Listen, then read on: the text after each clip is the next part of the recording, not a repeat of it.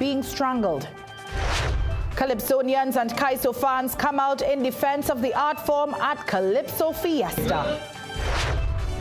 Coming up in sport, West Indies begin their T20 International World Cup campaign with a commanding victory over Scotland.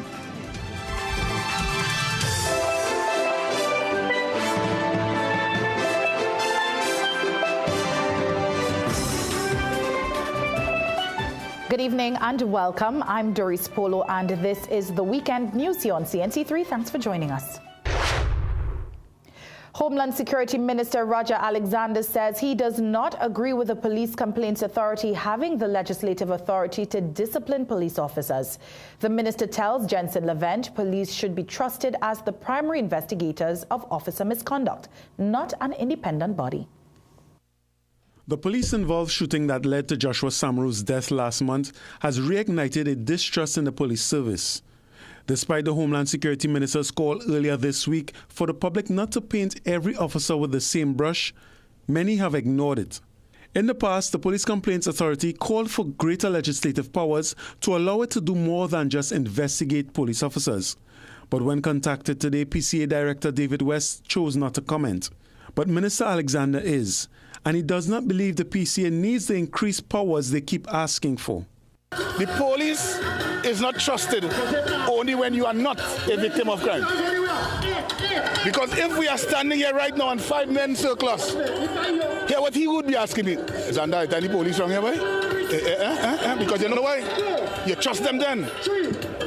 I am not here. I am not a minister for the police, you know, because it's there where I came from. I'm a minister for the people. But I understand it from a different angle. He says, like other fraternities, the police service should be allowed to investigate itself. If you have a problem with the legal fraternity, who do you go to? The Law Association. Are they not lawyers? If you're dealing with the doctors, who do you go to? If you have a problem with the doctors, go ahead. If you're dealing with the teachers, who do you go to? Teaching Service Commission. I would not even answer that question further. I hope you understand where I'm going with this. Former Police Commissioner Gary Griffith has claimed during his 3 years in charge of the TTPS, the public trust and confidence in the service increased. He says that has dwindled with Samaru's killing. Asked what he intends to do to address the drop in trust, Alexander says improving it is a team effort. This is not about who high and who low and who's the best commissioner and who's not. It's about the people. And that's where we're forgetting, you know. We're talking about I. We're trying to build teams. There's no I in team.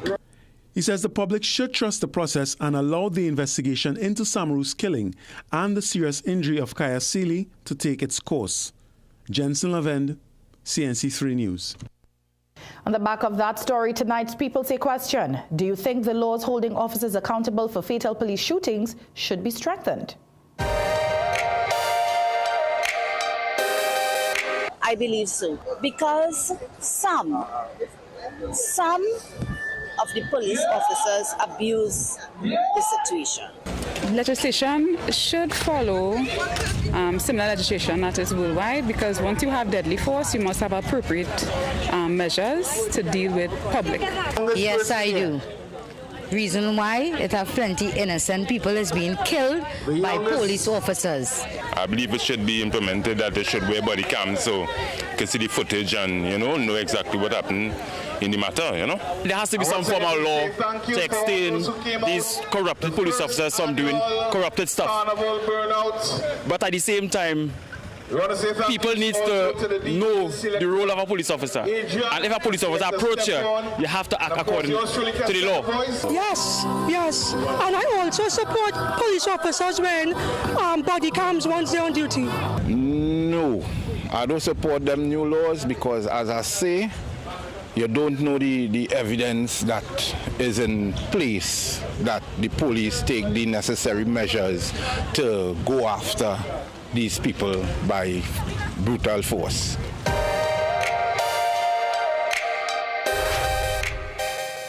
It has been 9 months of waiting for the 164 Cuban medical professionals who offered to work at the Cuba Children's Hospital.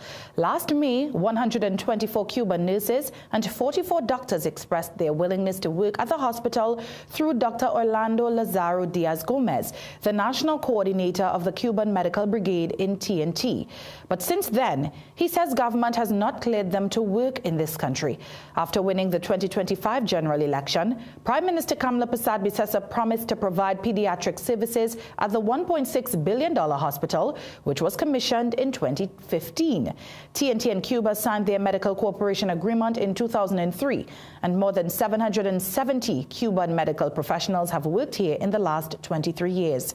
President of the National Nurses Association, Edie Stewart, says they provide yeoman service in our health sector, especially as there is a shortage of local nurses and specialist doctors. I know we are heavily dependent on specialist doctors from Cuba, particularly in the field of neurosurgery. And I believe all of our neurosurgeons within recent years came from Cuba, actually. I know there's one in South, I know, and a couple others. Stewart said sourcing neurosurgeons from developed countries would be very expensive. CNC3 News sent a list of questions to Health Minister Dr. Lakram Bodo and Acting Foreign and CARICOM Affairs Minister Barry Padarath regarding the matter, but they did not respond. The Tobago Hotel and Tourism Association is calling for an end to what it describes as the, quote, economic and social embargo created by decades of unreliable service on the air and sea bridge. The association says because they cannot depend on inter-island transport, their economy has been crippled, as no one needing to travel between Trinidad and Tobago can plan medical visits, business activity, or even basic travel with confidence. The association says this has eroded Tobagonians' quality of life, but Minister of Works and Infrastructure Julian John says the situation is under control and insists the sea bridge has not collapsed. The air bridge continues to work, so I mean, I'm not disputing what they're saying, but what the point is that the sea bridge did not collapse as it did in 2017. It continued to work. We put on extra ceiling.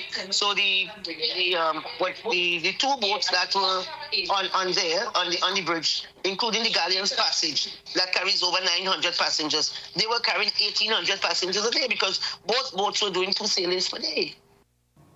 She acknowledges cargo delays did affect businesses in Tobago, but says a barge was deployed this week to help clear the backlog. What would have been held back would have been cement, the dangerous goods like oxygen and that thing going to the hospital, poultry, those things. And there's a badge that we have engaged for 10 days, which started what happened, the engine sucked in a piece of wood and some net. We had no control over that. It's not something we want to happen. That was extremely unfortunate, right? And then the incident with the Blue Wave when it was doing its sea trial. She added that both the Boko Reef and the Blue Wave ferries are expected on the route next week, restoring full capacity. Coming up next, thousands were stuck in traffic following the Stink and Dirty Fete. We'll have those details and much more after the break. It's Jay's exclusive Big Carnival sale. Get 25% off everything store-wide. All departments, no exceptions. Sale ends February 15th. Jay's exclusive Big Carnival sale. JD's, Princestown, San Fernando, Rio Claro, Gasparilla Mall, and M6 Plaza Shoebonas. Your low-price headquarters, JD's. Struggling with blood sugar swings, high blood pressure, or stiff joints? Take control with Aja Nutrition's powerful wellness trio. Berberine Plus supports healthy blood sugar. Blood pressure support helps keep your pressure in check. And Joint Aid keeps your joints moving so you can stay active every day. Don't wait. Choose Aja Nutrition for trusted, effective solutions. Available at Pennywise and leading pharmacies nationwide. Feel better, move better, live better with Aja Nutrition. Watch the passion building and the voices roaring with the mission on. The game is won with the music talking and the big stage calling. The culture comes alive and it's just endless vibes. The future's bright, we'll be more bright. Now it's sweet time, the time to shine. Life is on, it's no time to be timid. So chase the dreams.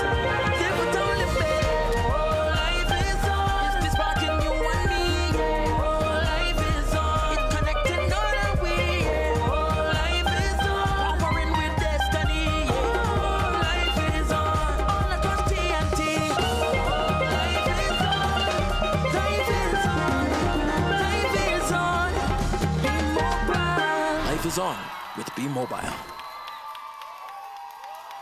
Every day brings moments that matter. A laugh with friends, a walk outdoors, time with the family. With Acten's gender-specific underwear, you don't have to go back. Specifically designed for men and women, Acten's provides a comfortable fit, ultimate absorbency you can rely on, and breathable comfort that helps you feel fresh all day. Feel secure, feel confident, feel free to live life your way. Find your freedom with Acten's gender-specific underwear.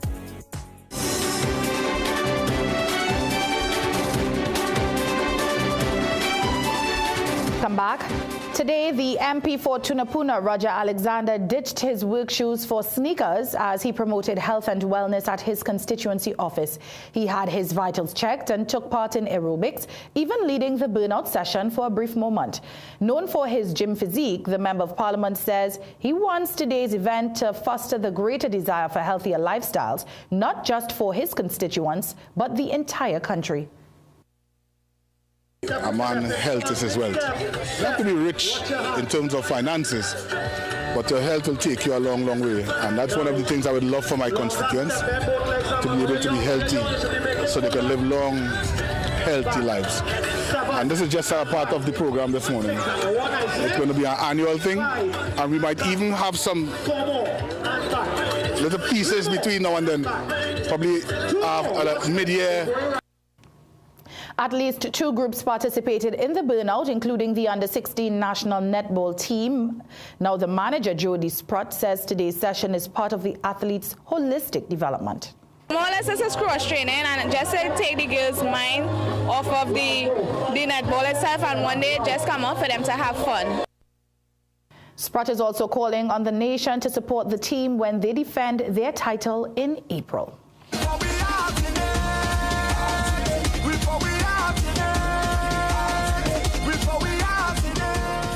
Thousands of revelers leaving a pre-dawn party at the Chaguaramas heliport spent hours in traffic that had many of them on the road well into the early afternoon. Access roads in and out of the Western Peninsula were severely gridlocked, forcing some to find alternative routes by sea. Motorists reported barely moving as vehicles bottlenecked into the single road entering into Chaguaramas. Some patrons took to the water, with private boats and pirogues ferrying revelers to the venue. Stink and Dirty is a Juve-style party. Now, today's traffic chaos raises questions about future planning for similar events in the wake of the government's ban on the use of stadiums and several UDECOT-managed venues for carnival fetes. The Prime Minister has said the ban was due to noise concerns and the negative impact on nearby communities, while promoters argue the move threatens jobs and the event industry. Attempts to reach Culture Minister Michelle Benjamin for comment were not successful. The minister had said alternative event spaces will be sourced after the government's ban was announced. Under the scorching sun, Skinner Park transformed into a stage of both rhythm and resistance as the 2026 Calypso Fiesta competition unfolded. Armed with drinks, coolers, hats and food, Calypso lovers turned out in full force, some waving placards instead of rags to voice strong opposition to perceived restrictions on political kaiso. Radhika De Silva and Ivan Tulsi were there.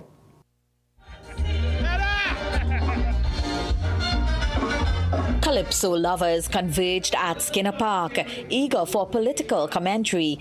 But a few said they felt disappointed that some of their favorites did not make it to the big yard. It is an attack. It's no more freedom of speech. The political music, why are we taking it away? This is what we are accustomed to. We are accustomed to picong. We are accustomed to picong in this, and I am not happy. The St. Margaret's posse brought placards because they felt Tuco's statement on Thursday, affirming it's a political stance, amounted to an attack on democracy. Tell the minister, stop taking away our rights. Whoever who decide that, stop taking away our rights and do what for we culture. And just don't stop people from talking, because we all human. Everybody that get one that talks. Ding dong, let's get your own self talk. Who is we? We are not going to take that. We born and go here. Totally disagree. They're saying facts. What they're saying is facts. What's happening in the country that they're saying. What they're saying, someone's saying not wrong. Everything is right. They're saying what happened in the country. and the Calypso night is the voice of the people. Despite the controversy, politics and social ills still found their way onto the stage. Performances like Alexander You're Great, This response is not full of air. Talking for hours. All these answers. What is that? Other songs touched on extortion, gun violence, hypocrisy, and national values.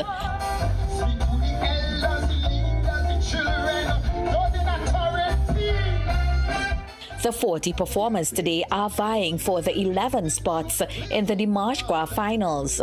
There, they will face defending champion Marshall Montano for the Calypso Monarch title and the $1 million prize. Radhika De Silva, CNC3 News. Thanks so much, Radhika. The Queen's Park Savannah burst into a radiant display of color, craftsmanship, and childhood joy as the Red Cross Children's Carnival celebrated its 70th anniversary, reaffirming its role as the purest expression of TNT's carnival spirit. Otto Carrington was there with this report. From glittering headpieces to intricately designed costumes, more than 3,000 children crossed the Queen's Park Savannah stage today, delighting spectators to what organizers described as real mass, costumes rooted in imagination, culture and purpose. Red Cross Children's Carnival Committee Chair Ronald Halfheight says their Kiddies Carnival has a long legacy. It began in 1956 as a fundraiser organized by Lady Beatham for the local Red Cross. This year saw a record number of participants, a development Halfheight says was both encouraging and challenging. Because we're talking over 3,000 children will cross the stage here today. And with the help of people like the women police and the army, even my lad, we have to keep them safe. We are responsible for 3,000 children.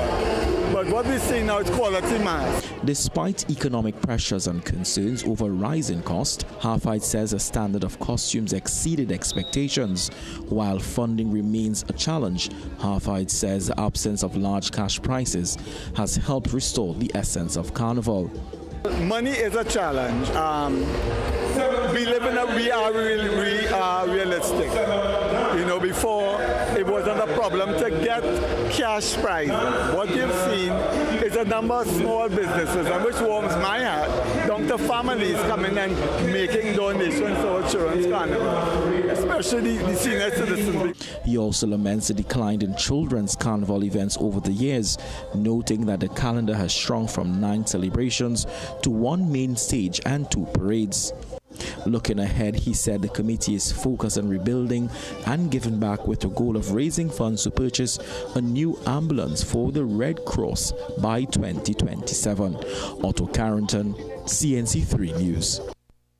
Thanks, Otto. Still to come in sport, Trinidad and Tobago featured for the first time at the opening ceremony of the 2026 Winter Olympic Games. Dress like you mean business. At The Working Woman, we bring you stylish, professional looks made for the modern woman. From casual to formal workwear, we've got your professional wardrobe covered. Looking for a completely natural way to supplement your family's diet? Only BioStrath gives your body more than 60 of the essential nutrients it needs every day in a product that's 100% natural, so it's more easily absorbed. For stronger immunity, enhanced focus, increased energy and stamina, and faster recovery. BioStrath, get what you need naturally. Visit Tire Clinic Marketing, New Truck and OTR Tire Service Center at number 30 and 32 Montrose Main Road, Chaguanas. Call today at 665-8973 or 672-3419. Alignment services available. Tire Clinic Marketing, Truck and OTR Service Center. A tire for every need.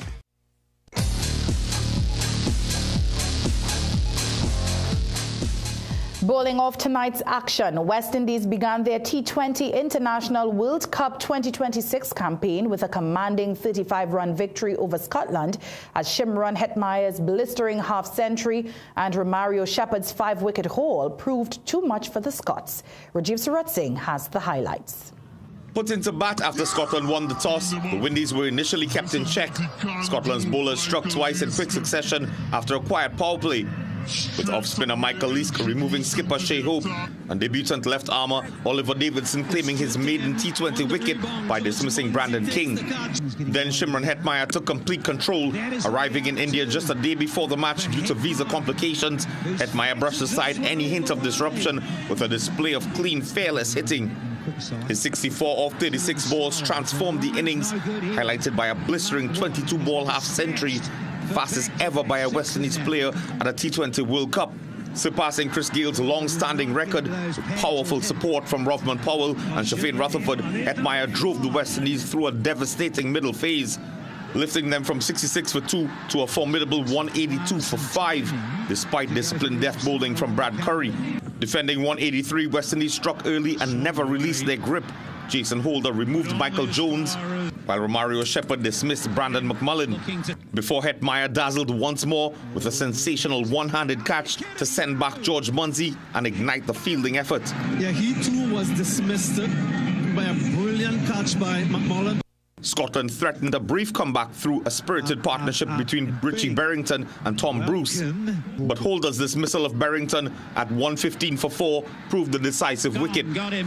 With Scotland still harbouring hopes, Romario Shepherd produced a spell for the ages in the 17th over, ripping through the lower order with 4 wickets in 5 balls, including a stunning hat-trick. Shepherd finished with 5 for 20, the first 5-wicket haul of his T20 career, as Scotland crumbled to 147 all-out in 18.5 overs and West Indies claimed victory. Rajiv Surat Singh, CNC3 Sport. Following the win, Captain Shea Hope spoke on Hetmeyer's exceptional form and the importance of putting the team's past failures behind. Yeah, Hetty, again, he's been in some tremendous form. I think his last 4 innings have been 40-plus scores, and he's been consistent. Some of the asked of him, we asked him to go out in number 3 position and show a bit more responsibility, and he's taken it, as we can see, with both arms. So great to see him thriving in that position. Hopefully he can continue throughout the tournament and give us that nice start that we asked for. But yeah, we can't hide from the truth. You know, we haven't had the success that we would have liked in the last few bilateral series, but again, the main focus is here on this World Cup. Put the past in the past, and let's make sure we do the business here in India. Trinidad and Tobago made a proud statement at the opening ceremony of the 2026 Winter Olympic Games as the red, white and black took center stage at sport's greatest winter showcase. For the first time ever, Team TTO will compete in the premier 4-man bobsled event. Pilot Axel Brown will lead the charge alongside Shaquille John, DeAndre John, Zaveri Williams and Micah Moore. Nikhil Allen and Emma Gatcliffe, members of the nation's historic Winter Olympic alpine ski team, were named flag bearers for the opening ceremony. Gatcliffe's Olympic schedule is already set. She will compete in the women's giant slalom on the 15th of February before returning to the slopes for the women's slalom on February 18th. To the court, Trinity College East and El Dorado West recorded big wins when the secondary schools basketball league continued in the East Zone on Wednesday at the Maloney Indoor Sports Arena. Carsten Cupid reports.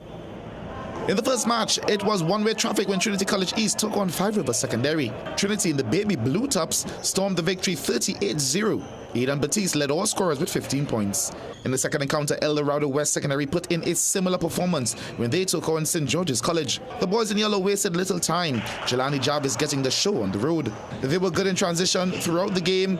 Jarvis again, the man with the bucket. He moved like he had a mission, as St. George's didn't have an answer. On both ends of the court as well, with the steal, the bucket and the foul, but he would later miss the three-point play. They led 11-0 at the end of the first half. St. George's trying to get back into the game were finding great difficulty in sinking their shots. Even from the line, the trend continued. They finally got one to drop to make it 19-1. But Jarvis was cold as ice. Down the lane for the deuce in traffic, he would finish with a game-high 25 points, more than triple St. George's total. They managed to get to 7, but the writing was already on the wall. El Dorado West Secondary recording a 26-point win in the 33-7 final score. Carsten Cupid, CNC3 Sport. On that note, it's time for a break. Stay with us. Struggling with blood sugar swings, high blood pressure, or stiff joints? Take control with Aja Nutrition's powerful wellness trio. Berberine Plus supports healthy blood sugar. Blood pressure support helps keep your pressure in check. And Joint Aid keeps your joints moving so you can stay active every day. Don't wait. Choose Aja Nutrition for trusted, effective solutions. Available at Pennywise and leading pharmacies nationwide. Feel better, move better, live better with Aja Nutrition. Get a free pair of polarized sunglasses with the purchase of new Gen S Transitions lenses with anti-reflective coating and frames. Selected designer frames now just $4.99 with additional promotions. Hurry, limited time only at Seaview Optical. The carnival season is in full swing, and CNC3 is your home for all the energy, the music, and the highlights. Mondays, celebrate the legends with carnival icons at 8 p.m. Then laugh along with Celebrity Family Feud at 8:30 p.m. Tuesdays, indulge in carnival cravings at 8 p.m., followed by Manhood at 8:30 p.m. Wednesdays, get your dose of heartfelt drama with Sullivan's Crossing at 8 p.m. Thursdays, get answers on Ask the Doctor at 8 p.m. Then, more laughs with Celebrity Family Feud at 9 p.m. Fridays, kick off the weekend with The Party Starts at 8 p.m. Then, satisfy your carnival cravings at 8:30 p.m. Saturdays, the iconic Westwood Park returns at 7:30 p.m. And Sundays, don't miss the big interview at 7:30 p.m., followed by the telenovela Cabo at 8 p.m. This carnival, prime time on CNC3.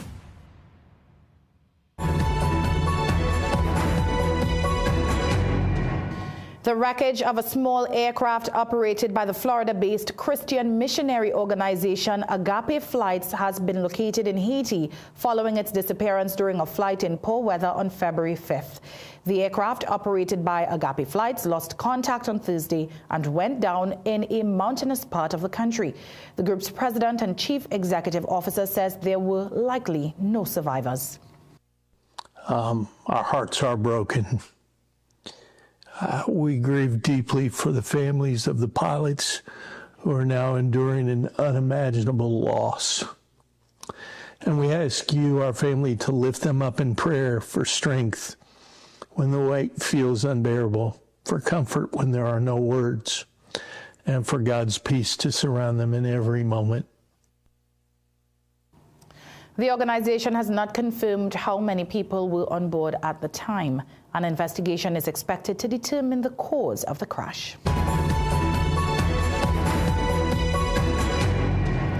A senior Russian military intelligence official is recovering after surviving an assassination attempt in Moscow on Friday. Lieutenant General Vladimir Alexeyev, the deputy head of Russia's military intelligence agency, regained consciousness earlier today following surgery. According to Russian authorities, Alexeyev was shot several times inside a residential building by an unidentified gunman who fled the scene. Emergency services rushed Alexeyev to hospital for treatment. The Russian Investigative Committee has opened a criminal case describing the incident as the attempted murder of a high-ranking defense ministry official.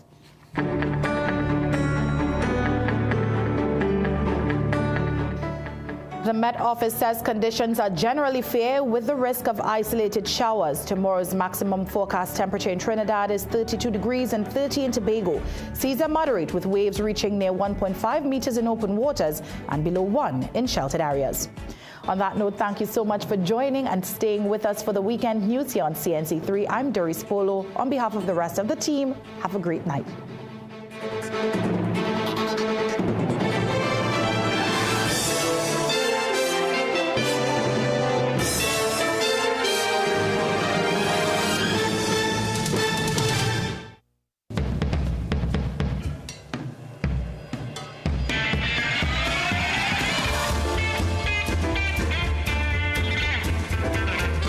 You're watching CNC3.